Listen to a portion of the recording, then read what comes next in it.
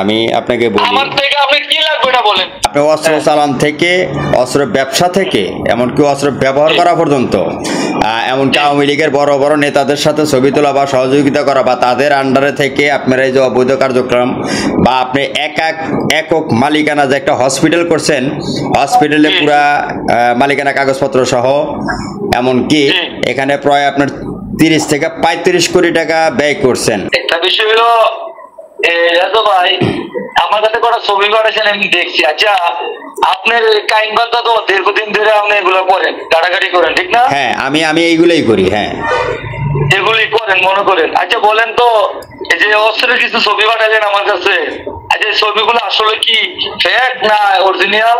Fake বা original এটা প্রমাণ করবো আসলে কে? আইন বা আদালত। আমি নিয়া ট্রেডার্সের মালিক, আমি সরকারের থেকে মনে করেন ভাই কোটি কোটি টাকার চিনি নিলাম করছি, ব্যবসা করছি। হাসপাতালের মালিক আমি, হাসপাতালটা লিমিটেড কোম্পানি, প্রাইভেট লিমিটেড, ভাই। এখন আমার ওইয়া আপনি এই সহযোগিতা করতে পারেন না ভাই। আমি আপনাকে বলি, আমার থেকে আপনি কি লাগবে এটা বলেন। আপনি আগামী দিন আমার লোক একটু কাঁদতে পারবো, একসাথে লাঞ্চ করি, বসি ফুড প্লেসে বসি কথা বলি। গাড়ি করলে আপনি লেগে পাঠাই দেবেন, দেন খেতেন, আপনি আসেন আগামী দিন একটু আপনি খাবার অন্য তো থাকবে না, আপনি এরা বেকার।